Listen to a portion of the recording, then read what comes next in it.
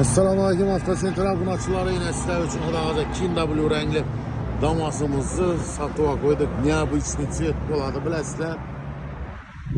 Ya, bu maşınımız kraskeler 100% radno 4 tane yumuşak taza balorla koyulgan. Maşınımız eli taptaza.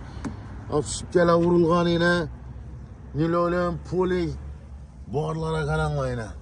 Patologlar ise dermatim tartılıyıp barları koyulgan. Maşınımız 8000 kilometre özünü halal yürgeninde tutacağız. Yurttaşlar yine metan ustanovkeleri başına dım mekir verip karalgan maşın.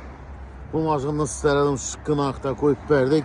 78 milyon son nakt bolsa beraberimiz 2 lamçı kredit Almanya birgeller için banka eldinden 1 milyon son tölov boladı. Notarius gayesi için dinli plak kirasız yurttaşlar. Kime kızıkarlı olsa peste telefonla yazıp koyamız. Menzilimiz Kanka yolunda 9'un ahırı hafta center salon.